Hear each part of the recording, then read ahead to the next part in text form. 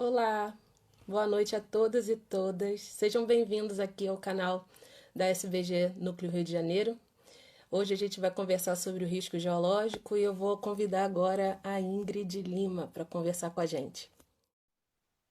Pronto, Ah, esperando ela aceitar. Olá, Ingrid, tudo bem? Deixa eu ajeitar aqui a câmera para ficar aqui. É um prazer ter você aqui hoje, essa noite, aí dia, né, do outro lado do mundo. Boa Obrigada noite. por aceitar esse convite, de estar aqui conversando com a gente sobre um assunto tão importante que é muitas vezes deixado de lado, né? A gente que trabalhou por muito tempo e trabalha, né, nessa área, sabe que é um assunto que é esquecido na maior parte do tempo, né? E hoje a gente está aqui para lembrar exatamente disso, da importância desse assunto, da importância de estar sempre falando desse assunto, do risco geológico, tanto no período das chuvas quanto no período de estiagem, né? Que é o que a gente está agora. Vamos lá. Ingrid, ela é formada pela Universidade do Rio de Janeiro, UERJ, mestra também por lá, e agora ela está no Japão fazendo um doutorado pela JICA, e ela vai explicar um pouco melhor sobre isso. Ingrid, passa a palavra e para você se apresentar melhor aí.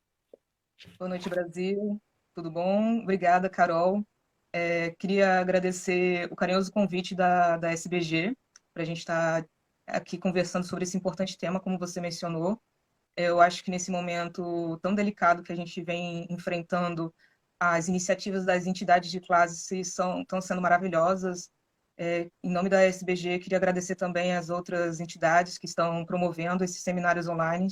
Confesso que tem me ajudado aqui para Sim, poder passar esse momento. Como você falou, eu estou aqui no Japão, eu sou bolsista da JICA. A JICA é uma agência de cooperação internacional do Japão. E também, atualmente, eu estou nesse programa, que é um programa para desenvolver jovens líderes da América Latina e Caribe. E também faço parte da Universidade de Agricultura e Tecnologia de Tóquio, no Laboratório de Hidrologia e Ecossistemas, né? Então, eu fico muito feliz pelo convite e agradeço a oportunidade. obrigada, Ingrid. Você vai engrandecer muito a nossa noite.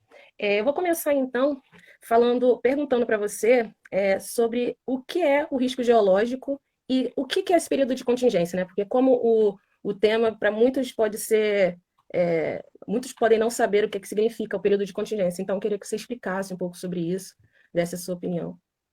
Ok, acho válido, porque a gente precisa clarificar, né, os conceitos. Enfim, os processos geológicos, eles podem gerar danos ao homem e às propriedades, quando ocorrem naturalmente onde as pessoas e bens se fixaram, ou quando, ao se fixar, o homem ele modifica o terreno, passando não só a ser o agente indutor do processo, como ser passível a sofrer o acidente, né? Então, as cidades brasileiras, fazendo uma avaliação da combinação entre casas vulneráveis, localizadas em locais inadequados, com o uso ou o uso ocupação em locais também com restrição à ocupação, nós temos que os processos mais destrutivos, sem sombra de dúvidas, são de movimentos de massa em número de mortes e as inundações em número de perdas econômicas, né? Mas os danos também podem estar associados a adensamento de solos moles, a terras caídas. O pessoal do norte, se estiver aqui na live, provavelmente conhece o solapamento das margens, erosão costeira, problemas também relacionados à subsidência cárstica. Então, no Brasil, o conceito de risco geológico é praticado de uma forma simples, através da equação onde o risco ele é o produto da possibilidade da ocorrência de um acidente, eventualmente induzido pelo homem, com as consequências sociais e econômicas potenciais associadas a esse processo, a esse acidente, né, esse processo geológico. Porém, muitas das vezes, Carol, às vezes é complicado você cartografar, colocar em produtos cartografados ou não, e expressar efetivamente o risco geológico. Se você me permite, como a tua pergunta é um pouquinho complexa, no sentido, eu vou me estender um pouquinho aqui na resposta. É, assim, o Brasil, a gente tem que entender que para contudo, né, para garantir a consistência de um produto técnico, nós precisamos ter efetivamente o conhecimento das características intrínsecas do terreno e também e dos processos destrutivos e também e das limitações do meio físico.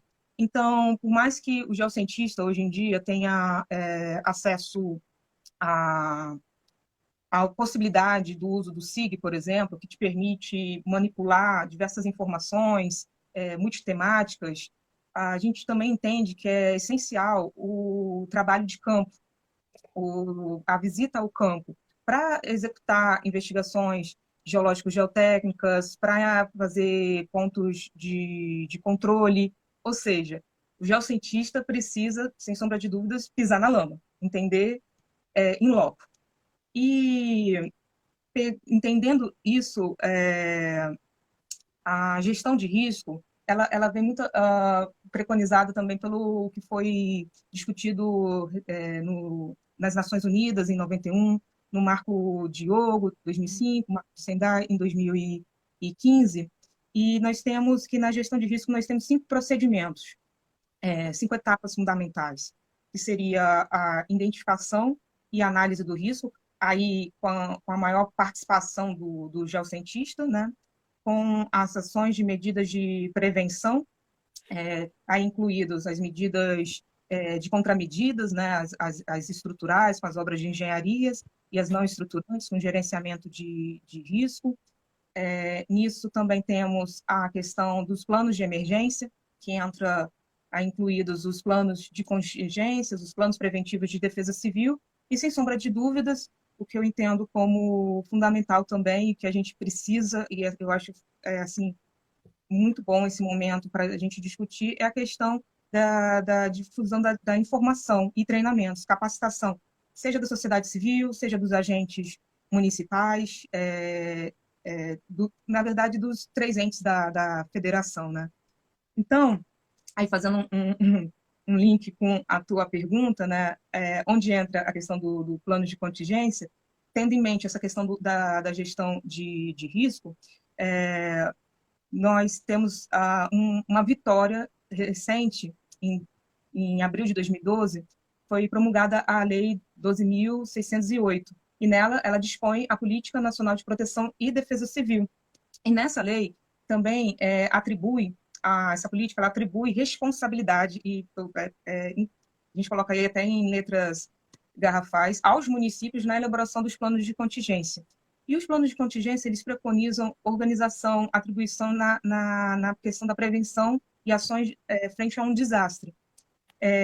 Na Lei 12.608, também tem o que cabe aos estados e à União, é apoiar os municípios para fornecer esse documento técnico. Por exemplo, a União ela tem disponível um sistema integrado de informação de desastres, que é o S2ID, onde ele consegue concentrar as informações e as orientações técnicas para a elaboração desses planos.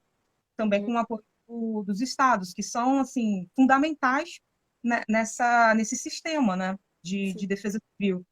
Então, logo, tendo isso em mente, no seu artigo 8º, o que preconiza, Carol? É de responsabilidade do município elaborar e atualizar os mapeamentos de riscos, né? É também de responsabilidade do município estabelecer os pontos de apoio, abrigos, rotas de fugas, elaborar simulados, enfim, tudo isso dentro do arcabouço como uma etapa fundamental da gestão de risco. Uhum, muito bom. É justamente esse procedimento que é muito importante e que vai ser falado ao longo da nossa conversa, né? Uma segunda questão que é muito importante é a gente estar sempre voltando no histórico de deslizamento, de desastres que a gente tem aqui no Rio de Janeiro, principalmente, né? Por exemplo, nos últimos tempos, vou botar uns 10 anos para trás, o Morro do Bumba, Angra dos Reis, o mega desastre da Serra, Petrópolis também vem sempre sofrendo a recorrência de desastres, né? Deslizamentos de grande porte, ocasionados tanto de forma antrópica quanto desastres naturais. Então, eu queria que você falasse um pouquinho desse breve histórico e da importância de a gente sempre estar voltando nesse ponto de lembrar os deslizamentos, né, como uma forma de tentar precaver ou de prevenir contra outros. É isso. Sim, você mencionou muito bem, né? Eu, até falando em âmbito nacional, por exemplo, acho que foi um divisor de águas os deslizamentos e as corridas de massas que em Santa Catarina em 2008, né? Uhum. Ali despertou, e sem considerar também esse histórico, a gente tem o acidente na região da cidade do Rio de Janeiro e metropolitana, como você falou, em 2010, em Niterói, na capital, no Rio, em São Gonçalo, Caxias, e o que ficou muito no imaginário da sociedade brasileira foi a questão do Morro do Bumba, né, que foi um Uhum. acidente, uma corrida de lixo. Do lixo. E a gente, nesse mesmo ano, teve as inundações em Alagoas, e o emblemático mega desastre da região serrana.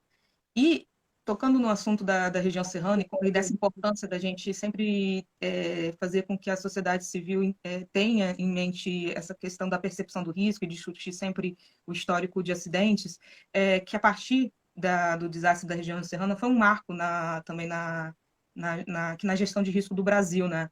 Porque a partir daí aprimorou-se o arcabouço legal, como eu havia comentado, né, na promulgação da Lei 12.608, houve a reestruturação do SENAD, para quem não sabe, faz parte, é um grupo de centro de desastres da Secretaria Nacional de Defesa Civil, a criação do CEMADEM Sim.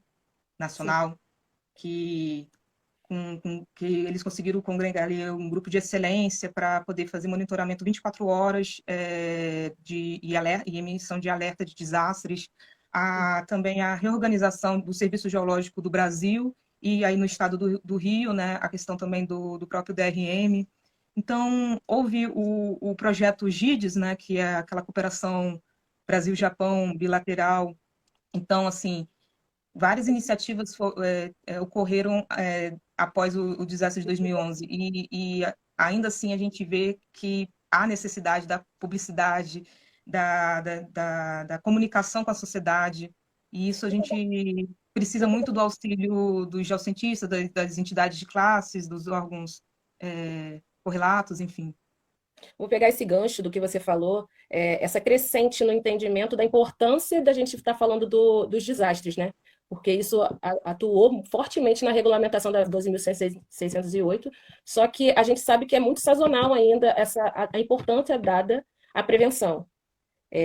Mesmo que esses acidentes eles são recorrentes, todo ano tem, houve muito fortalecimento das instituições, criação de instituições, como você bem relatou, mas ainda a gente ainda vive esse período de sazonalidade, né? Só no período de chuvas que é dada aquela importância, mediar, torna-se mídia, né?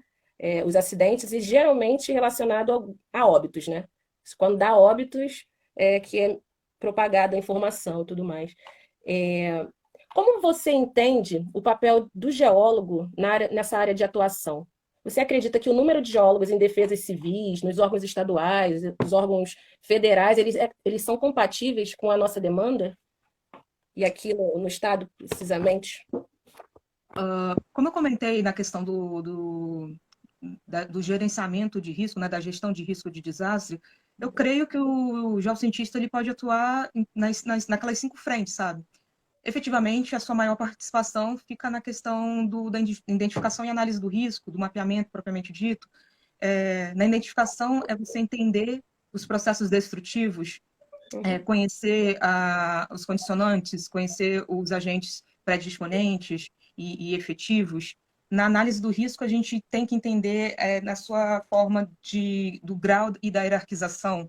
E é uma etapa complicada de você definir o início, a trajetória e o alcance. E aí você tem que também entender quais são os elementos sob risco e as vulnerabilidades relacionadas com isso. Então, isso só o geocientista tem domínio absoluto para atuar. Isso a gente tem que pensar com toda a sociedade. O geocientista que tem notório saber em relação a isso, devido à sua própria formação ao longo da carreira, né? Então, em relação à tua outra pergunta, cara, de fato, a gente a gente que atua nessa área vive um ciclo interessante, né? Exato. Mas, falando assim de âmbito nacional, não sei se todos aqui sabem, né? Mas, por exemplo, não tão recente, mas a gente teve a extinção da Mineropar no estado do Paraná, que era o Serviço Geológico do Paraná. A gente vê que, nos últimos anos, instituições vêm sendo bastante afetadas por políticas e algumas má gestões, né, como o próprio DRM, às vezes o IG também. E, por exemplo, se a gente falar no âmbito nacional também, você sabe, o Brasil possui 5.570 municípios. A Lei 12.608, ela indica que a gente precisa ter o cadastro dos municípios críticos a movimentos de massa e inundação, o processo correlatos atualizado. Esse cadastro ainda, né, a gente ainda está numa fase de atualização. E, por exemplo, o CEMADEM, ele foi criado em 2011 com uma equipe técnica de 180 servidores, né, e profissionais, enfim, de excelência e tudo mais, para gerenciar 258 municípios. Enfim, foi um inventário à época e tudo mais. Hoje, na verdade, eu tenho dados de 2018, mas creio que provavelmente o número de municípios críticos monitorados pela equipe já aumentou, mas eles monitoram mais de 1.000 municípios críticos, com dano muito alto. E, basicamente, a equipe técnica reduziu para 100, em torno de 100 servidores. Sem contar, a gente está falando das pessoas que vão absorver esse produto, que é a ponta. E você entende muito bem do que eu estou falando. Prefeituras do Brasil têm deficiências de estruturar equipes nessa seara. Então, de fato, a gente precisa, e aqui é quase um apelo para nós, geocientistas, e também a sociedade civil, entender e valorizar a importância do servidor e das instituições públicas. Porque sem isso, a gente vê o que está acontecendo, por exemplo, o caso que a gente está sentindo na pele em relação a esse momento histórico que a gente está passando. Então, é fundamental a gente valorizar essas instituições e servidores. É muito complicada essa questão. Realmente esse tocante é realmente importante, né?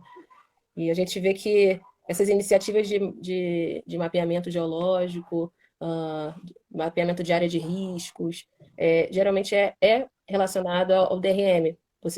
Geralmente né? E é um órgão de suma importância a atualização dos mapas de risco, que devem ser feitos anualmente, né? Então, é importante a gente estar reforçando que esses órgãos de atuação, o CEMADEM, DRM, eles precisam sobreviver, mesmo esses períodos que a gente sabe que há um desmonte no poder público, né? Então, é uma coisa muito importante se tocar. A gente pode falar de uma maneira geral que os movimentos de massa são naturais, né? São um movimento natural de modelagem do relevo, né? E geralmente sempre vai acontecer de ter deslizamento, corridas de massa e outros exemplos. Nesse sentido, a que você atribui essa recorrência de desastres? A gente vê que a gente faz o mapeamento, né? O geólogo vai lá, delimita as áreas de risco, mas há uma recorrência nos acidentes. A que você acha que é atribuída essa recorrência? E o trabalho que deveria ser feito, deveria ser desenvolvido nos meses que antecedem o verão, você acha que é satisfatório? Como é que você acredita? Considerando, eu acho que a gente tem que considerar as características intrínsecas do terreno, considerando também essa questão das mudanças climáticas. Os movimentos de massa, eles ocorrem sob a influência tanto dos condicionantes da geologia e da geomorfologia, né? A gente Uhum. entende a questão do tipo de rocha, do perfil e espessura do solo, dessa transição entre solo-rocha, da forma, do ângulo da encosta, questão também da hidrologia, né? Superficial e superficial, ou seja, entender o caminho da água e o comportamento dos materiais. E, basicamente, Carol, assim, também temos os agentes efetivos, né, que a gente pode dividir em preparatórios, que seria a intensidade, a duração de uma chuva, Uhum. ou imediatos, como uma chuva intensa, a ação do homem. Então, acho que o papel do cientista quando vai ao campo é entender importância dele identificar todos esses elementos, esses atributos, mas também não desconsiderar, e aí faço uma ressalva ao Rio de Janeiro, mas também a São Paulo, Minas, Espírito Santo, Recife, enfim, o Brasil, a questão do homem como um agente Uhum. indutor, né? Então, você entender também essa questão da ocorrência, da deflagração de um movimento a partir da influência do homem, por exemplo, águas servidas num talude, cortes e aterros mal feitos e sem assessoria técnica, enfim, basicamente lançamento de esgoto. Tu Se nas info- você consultar, tem uma região aí no Rio, no Morro do Cantagalo, que tem uma fratura, uma fenda enorme, e, enfim, a comunidade, por questões, você sabe, de dificuldade de saneamento e tudo mais, utiliza essa fenda como um depósito de lixo. Recentemente, eu vi um magiamento dessa área completa, e esse material, ele acaba assumindo um comportamento Péssimo. que você precisa estudar, e é um elemento a mais na nossa realidade brasileira, que é diferente do que a realidade aqui, por exemplo, do Japão. Então, Se tornou uma unidade é, geotécnica, né? Se, hã? se tornou uma unidade geotécnica. Sim, sim, exatamente. Já vi estudos do pessoal, se eu não me engano, acho que é da Unesp. Se tiver alguém aí de São Paulo, me corrija, acho que do professor Zani, sobre isso e outros. Realmente é uma unidade. Então, a tua outra pergunta foi relacionada. O trabalho que deveria ser desenvolvido nos meses que antecedem o verão, né, ele é satisfatório? Carol, nós avançamos muito nesses últimos 10 anos, isso é inegável. O Brasil, como eu comentei, assim, aquele divisor de águas, né? O desastre de 2008 em Santa Catarina, o mega desastre na Serra, Não, proporcionou vários estados a se mobilizarem, a contratar equipes qualificadas. Mas a gente entra naquela questão da tua outra pergunta, né? Dessa questão da sazonalidade de alguns agentes políticos. Então, o que a gente tem, efetivamente, sim, nós temos grupos, por exemplo, da ponta, da Defesa Civil, de prefeituras atuantes, como o DEX, atuantes com a educação. Eu vi até também que o próprio, o Serviço Geológico do Brasil, aí do Rio, o próprio CEMADEM tem é, pautas para a educação ambiental, para a difusão do conhecimento, para num contato mais, num linguajar mais tranquilo para a sociedade entender o que a gente está discutindo. fácil, Então, né? é, Mas assim, entendi. É porque essa comunicação ela tem que passar, né? A gente não pode viver só de artigos, né? A gente precisa passar por conta essa perspectiva do risco, né? A percepção do risco, também ajudar a comunidade a evitar o lançamento de material de lixo nas encostas, desviar as águas. Isso é um papel, assim, eu acho que atualmente a atividade antrópica ela vem causando muitos deslizamentos, né? Nessa vertente aí que você estava falando, né? Tem sim. uma pergunta aqui Oi. de uma pessoa aqui, Clapanta Júnior. Ele colocou assim: quais serão as perspectivas futuras para a utilização desses órgãos perante a sociedade civil? Foram os órgãos que você citou, né? O DRM, CEMADEM, Senad e etc. Eu creio que nós precisamos trabalhar com a sociedade brasileira a questão da percepção de risco, conscientizar. Conscientização. É fundamental. E isso a gente tem que. Até linka com o que eu estava comentando anteriormente, a questão da educação. E o papel desses órgãos, e fundamentalmente também dos municípios que entendem a realidade local, a realidade bairro a bairro, conhecem de fato as peculiaridades da sua região, isso tem que ser tratado dentro do sistema. Hoje temos mecanismos que podem ser efetivos nessa questão. Então, há possibilidade da gente melhorar esse canal, com criação de comitês permanentes de risco. Aí você não somente traria esses órgãos, mas também as universidades, que Sim. é fundamental nesse diálogo. Entidades civis também é fundamental nesse diálogo. Criar uma espécie de órgãos de controle, como o CREA também, criar um fórum permanente para a gente não deixar cair no ostracismo. Eu sempre gosto de trabalhar com um provérbio japonês, né? Aquela máxima: desastres naturais acontecem quando nos esquecemos deles. Isso é Sim, uma verdade. exatamente.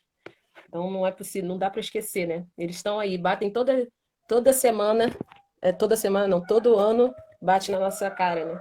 Vamos lá. Próxima pergunta. A gente sabe que o pior período aqui no estado do Rio de Janeiro é durante o verão, né?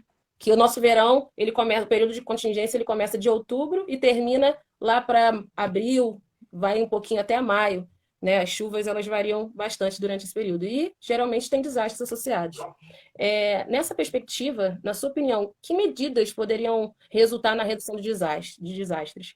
Elas têm sido colocadas em prática? Aí a gente entra na questão daquele ciclo que eu comentei, né?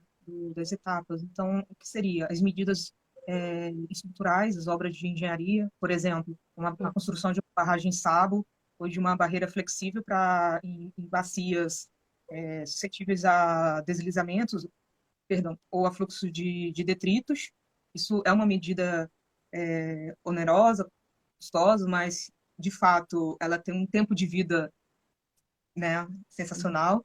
E medidas não estruturantes, ou seja, você trabalhar com a questão do controle da habitação, ter o que a lei preconiza, né? Os municípios críticos terem seu mapeamento atualizado de suscetibilidade, de perigo, com as cartas geotécnicas indicando as áreas com restrição à ocupação, com isso identificado, o mapeamento de risco, né, desses processos geológicos.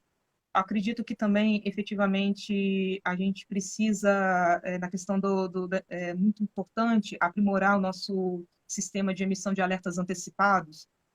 Eu gostaria que todo mundo que está assistindo essa live finalizasse usando e tivesse conhecimento, por exemplo, do sistema SMS, que é a Defesa Civil Nacional, com auxílio dos estados e das operadoras e municípios também, né, claro, e das operadoras de telefonia, cadastrassem o seu CEP no 4199 e que a partir daqui eles pudessem replicar para mais pessoas, para os seus familiares. Eles podem cadastrar a quantidade de CEPs do trabalho, da casa, ou aquele CEP que ele frequenta bastante, enfim, para poder receber avisos, né, de probabilidade de chuva e os alertas de movimentos de massa e inundação. Essas medidas elas vêm sendo implementadas a contento no Brasil. Contudo, por exemplo, as transferências de recursos do governo federal para gerenciar essas medidas de prevenção de áreas de risco, recuperação e resposta de desastres, muitas das que foi estabelecida na lei de 2014, se não me engano, é a 12.983, muitos municípios têm dificuldades de estabelecer esse contato. Por quê? Aí a gente volta na questão da ponta, por não ter equipes Capacidade. especializadas e habilitadas. A gente precisa fazer com que os gestores públicos que foram identificados no seu município ameaças, né, que ele entenda a importância de ter uma equipe de geocientistas, uma equipe especializada. Então, assim, estamos evoluindo, Carol. Estamos evoluindo. Diversos municípios já têm geólogo, né? Isso é um grande avanço. Nos últimos anos, abriram concursos, agora está um pouco mais baixo, né? Mas o número assim, de oportunidades nessa área, mas ela esteve bastante em voga, né? Por muito tempo. E pelo menos os municípios que a gente tem assim uma certeza que tem uma recorrência de desastres, tem um número bastante alto de acidentes, né? Petrópolis, Nova Friburgo, Niterói, tem tido um contingente bom de geólogos assim. Claro que não é o suficiente nunca, né? Talvez só daqui a bastante tempo, mas tem um profissional qualificado que está apto para fazer a identificação das áreas de risco, diagnóstico e tudo mais. Eu vou partir agora fazer um paralelo, já que você está no Japão, assim, é um país extremamente diferente das condições que a gente tem aqui no Brasil, né? Tanto ambiente, extensão territorial, a cultura, tudo é diferente, é muito diferente. E você bem falou sobre o programa da JICA, né, que foi um projeto muito interessante que uniu Brasil e Japão numa perspectiva de ajudar o Brasil a entender essa importância das esferas se comunicarem, né, tanto a parte do governo federal, quanto estadual, quanto município, e as ações para promover prevenção, mitigação dos riscos, né, e atuar também na área no período da crise, né, que seria o período do desastre, e pós-desastre. Então, foi um projeto muito importante, que eu acredito, teve até um segmento, mas eu não sei como é que está atualmente. O que eu queria falar sobre isso é que a gente sabe que a gente foi lá aprender com o Japão sobre isso, você está aí aprendendo sobre isso, e a gente sabe que eles têm uma rapidez no pós-desastre, né? No momento da emergência, eles são muito rápidos, né? A reconstrução posterior é muito rápida também. Eu queria saber de você a que se deve essa rapidez na gestão do risco de desastres, no desastre, no Japão. E se essas práticas elas poderiam ser implementadas aqui no Brasil. E que lições a gente pode estar aprendendo com eles, né?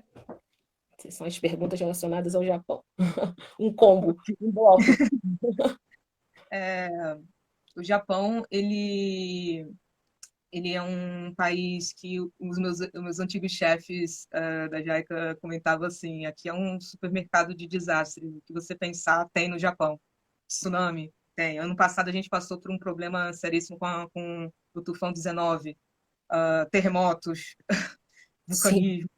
E o que eles chamam aqui de desastres de sedimento, que seria uma tradução para o nosso português, que seria os movimentos de massa, né?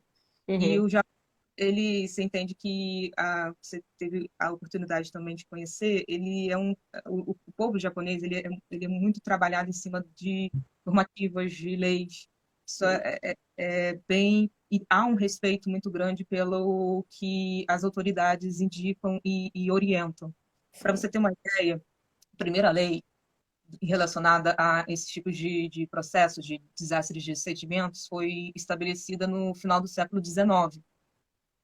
E É ao bem. longo do século XX, o Japão foi estabelecendo leis para que aí foram identificando os processos mais destrutivos, né? E Sim. aqui eles denominaram os deslizamentos, a questão também dos fluxos de detritos, das rupturas de encostas, enfim. E para cada processo há uma lei estabelecendo o tipo de mapeamento, né? Até que houve, em 2001, a promulgação da Lei de Prevenção de Desastres, que nessa lei eles colocaram, além do método de unificado, que a partir que a gente precisa explicar, o Japão, é um arquipélago, né? Então ele aqui é dividido em 47 províncias e há o governo central. Então o governo central indica as normativas na lei, como gerar um mapeamento de perigo e também quais são as medidas as contramedidas que deveriam ser realizadas para mitigar o risco em cada local. Para você ter uma ideia, Carol, o Japão tem um acesso a um banco de dados de desastres catalogado com a radiografia do processo geológico, que o que você imaginar possui nesse banco de dados de mais de 800 mil pontos cadastrados ao longo dos últimos 50 anos. Aqui, por exemplo, eu moro na província de Tóquio, na cidade de Fuchu.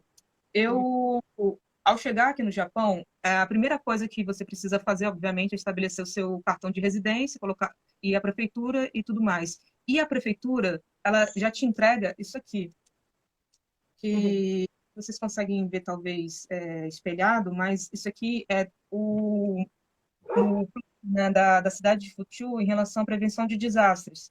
Então, eu já cheguei sabendo quais são os riscos, os processos, né, que ocorrem aqui na minha cidade, quais são os locais de evacuação, né, relacionados a tsunami, enfim, a terremotos, a inundação.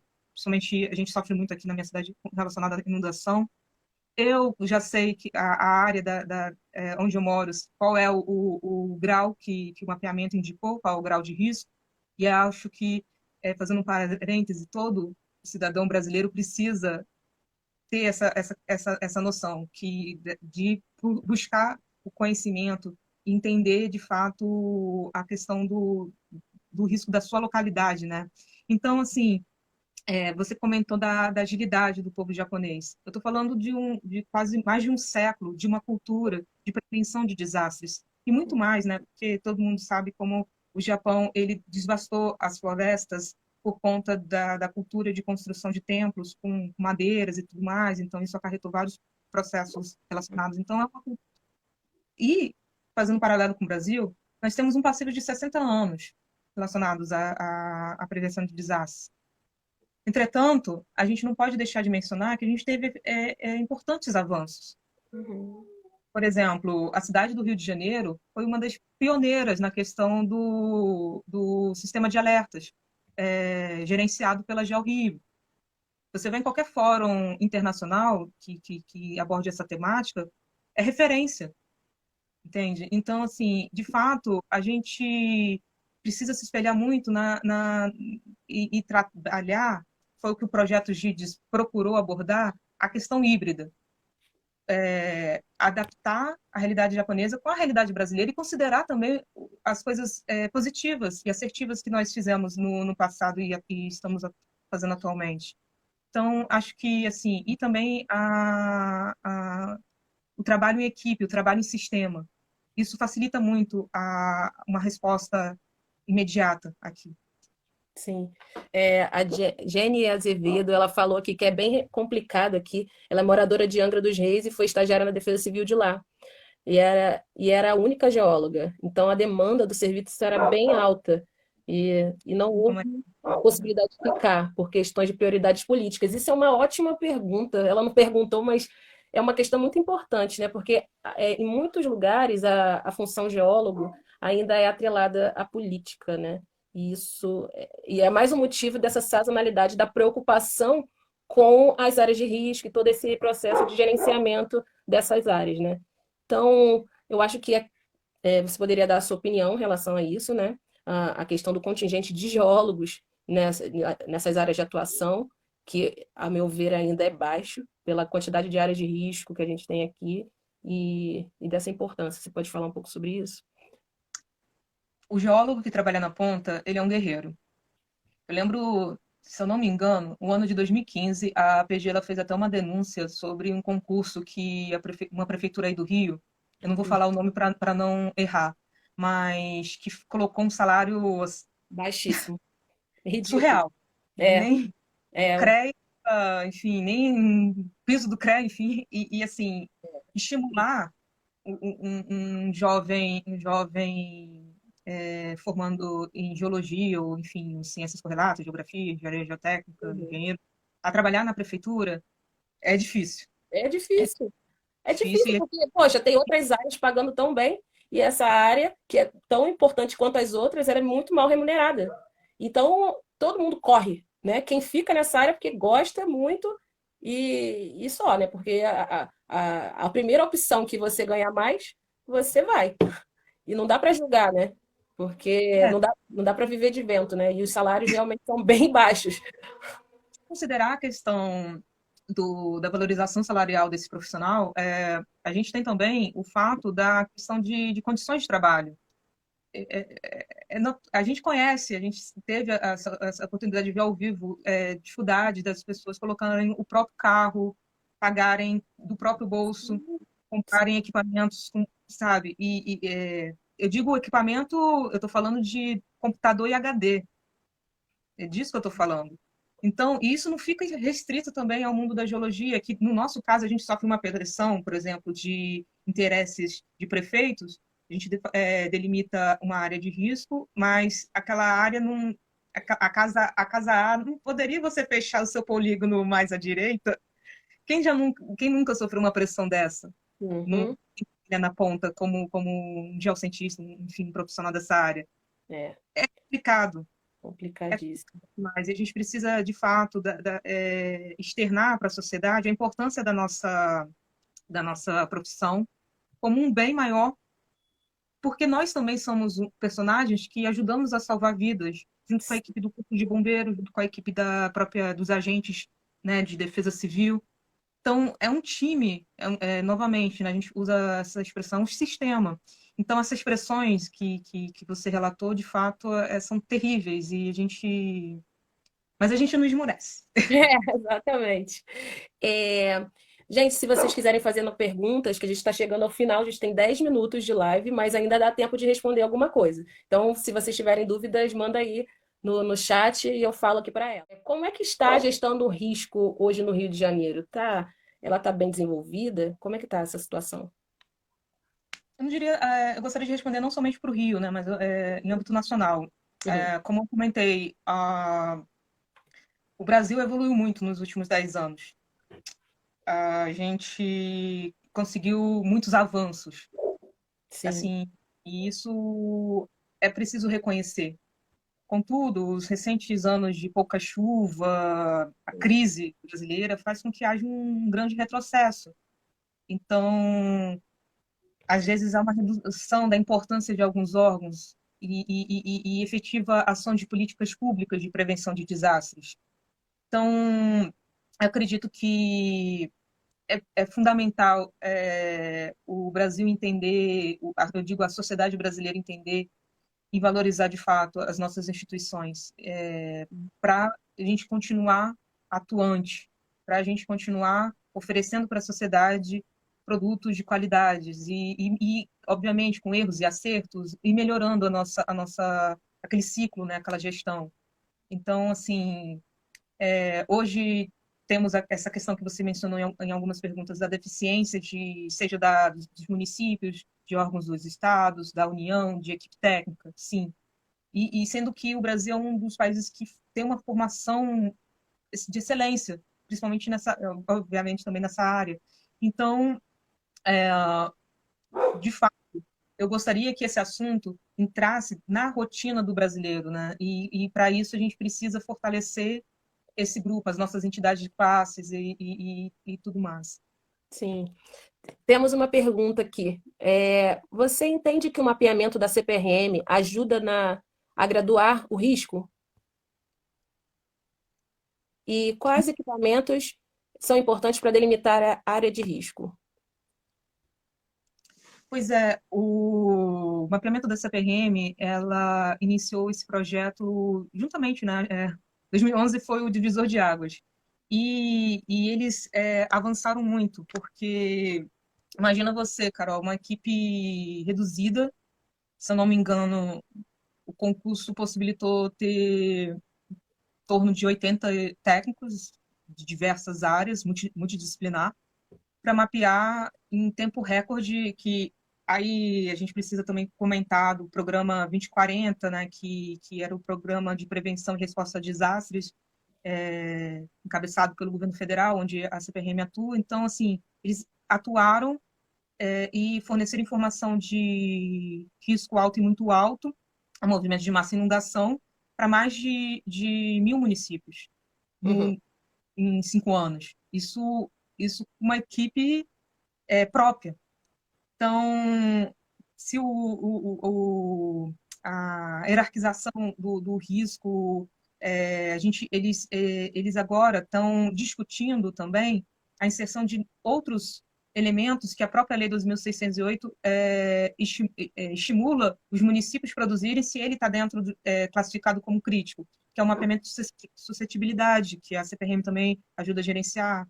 Algumas cidades no Brasil têm seus órgãos próprios, têm serviços geológicos próprios, que ajudam na elaboração desses produtos cartográficos. Mas a CPRM, com a metodologia do projeto GIDES, insere também o mapeamento de perigo. É, e, e é isso, o que a gente precisa é desse fórum permanente para discutir e ir melhorando. Então, de fato, o Brasil hoje tem essa radiografia dos municípios críticos que subsidia o trabalho do Senad, que subsidia o trabalho do Semadem, que auxilia a ponta. Então, realmente é o sistema. É aquilo, a gente está em processo de evolução sempre. Ai, gente, não temos tanto tempo, temos 6 minutos. Eu agradeço pelas perguntas. Eu vou perguntar aqui uma última pergunta peraí, da Ivan. uma menina aqui. Acha que a análise de risco no licenciamento de empreendimentos urbanísticos deve ser tratado na etapa de licenciamento ambiental ou urbano? Excelente pergunta. Uma das Rápida, porque a gente vai etapas do projeto terminar e GIDI. vou começar de novo, porque senão não vai dar tempo aqui. Eu acho que eu tô com medo que acabe o tempo, porque a gente tem 5 minutos só. Então, para não perder a live, aí para você responder sucintamente. Você me interrompe, eu vou falando, aí quando você tiver aquela contagem regressiva, Tá, você me interrompe. beleza. Isso, vai lá. Aí a gente Tá, volta para terminar, porque não vai dar tempo. tudo bem. Vasto, É, né? Muito assunto. Mas desculpa, por favor. hã? Por favor, continue. Sim, de fato, você ter o entendimento, o que cada produto pode oferecer é fundamental, e principalmente associando isso às escalas de trabalho. Então, você ter o reconhecimento de uma hierarquização do risco ou as restrições, principalmente quem pode oferecer elementos para a questão disso é a cartografia geológico-geotécnica de aptidão urbana, é essencial. Creio que é fundamental a gente melhorar a nossa aquisição de bases, as nossas oportunidades de visita a campo. Então, sim, análise do risco combinada com um entendimento da cartografia geotécnica de aptidão urbana permite, sim, a melhoria da qualidade dos licenciamentos ambientais. Ai, gente, muito obrigado, Ingrid, pela resposta sucinta. Eu vou terminar aqui a live e vou voltar novamente. Quem quiser, fica aí um instantinho, só para a gente não perder esse conteúdo que a gente tem aqui, tá? Então, vou encerrar agora e já te chamo novamente. Tá bem? Tá Vou bom. salvar aqui. Já voltamos. Agora voltamos. Voltando.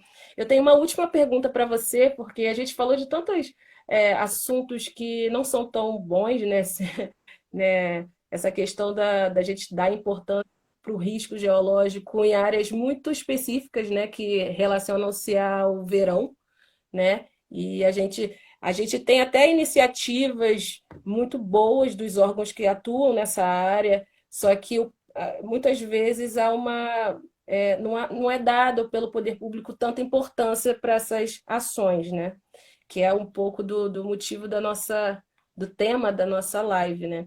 Então, a última pergunta que eu vou fazer para você é: quais as perspectivas você vislumbra para a redução de riscos de desastres no Brasil? Para o atual cenário e ao longo prazo. O que você acha? Creio que o Brasil, o brasileiro, a gente precisa trabalhar a gente tem atuado na questão da resiliência, né? Uhum, Então, isso de fato, é um povo sofrido, mas é um povo resiliente. sim. E o que a gente precisa aprimorar, Carol, e isso é uma bandeira quase, é a questão da percepção de risco. Isso é uma bandeira, e aí a gente precisa do auxílio de todas as correntes positivas que nós temos, que são os órgãos atuantes, as nossas universidades. Aí no estado do Rio a gente tem as excelências, sejam na pública, na privada, formação de novos geocientistas que possam também ser esses difundidores da informação, capacitar as nossas lideranças comunitárias. Sem isso, você não tem gestão de risco Não. efetiva. Uhum. E isso é fundamental com publicidade.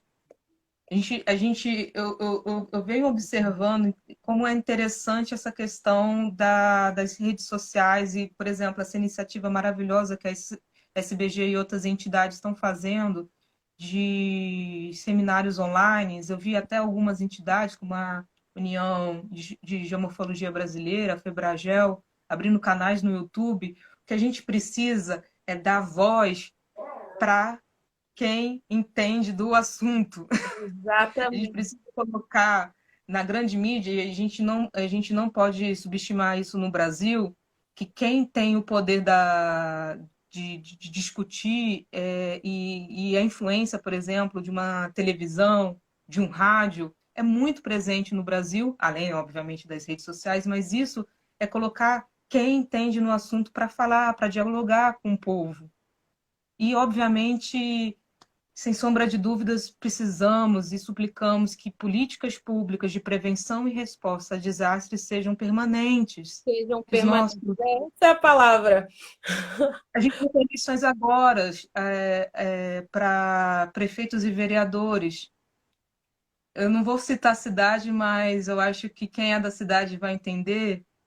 Um prefeito, um gestor público, falou recentemente que um dos motivos de moradores ir ocuparem áreas vulneráveis e encostas é porque eles querem economizar. Não vou usar o termo aqui, mas moradores querem economizar no despejo de dejetos. Sim, é complicado, né? A gente lidar com essa distância, né? Mais uma vez, a gente precisa ter propostas efetivas nas plataformas desses gestores para políticas públicas de prevenção de desastres. Precisamos aumentar cada vez mais a percepção de risco e valorizar quem pode ter o dom da palavra para poder, de uma forma muito simplificada, conversar com a comunidade. Passar o Eu, conhecimento. eu enalteço muito esse trabalho que eu vi recentemente o pessoal do DRM fazendo trabalho de ir às escolas, acho que com a turma da Defesa Civil, conversar com criança, que é quem a gente tem que se preocupar agora. É o futuro, né? Crianças conscientes, adultos conscientes. Então, Ah, a educação é a base de tudo, né? A gente sempre chega nesse ciclo, né? Sempre chega a essa certeza, né? Ingrid, eu gostaria de te agradecer grandemente por essa noite, por essa live, por todas essas explicações que você deu, essas opiniões.